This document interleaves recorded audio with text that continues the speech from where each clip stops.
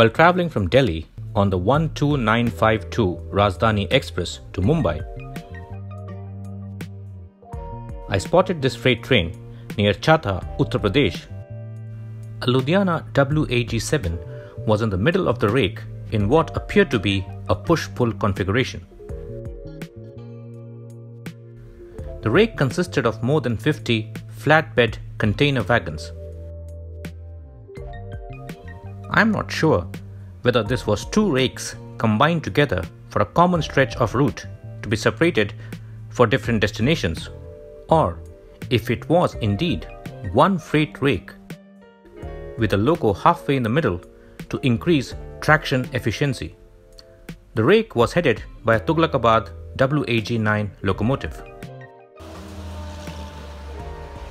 While I was trying to clear my doubts, my train continued its journey towards Mumbai.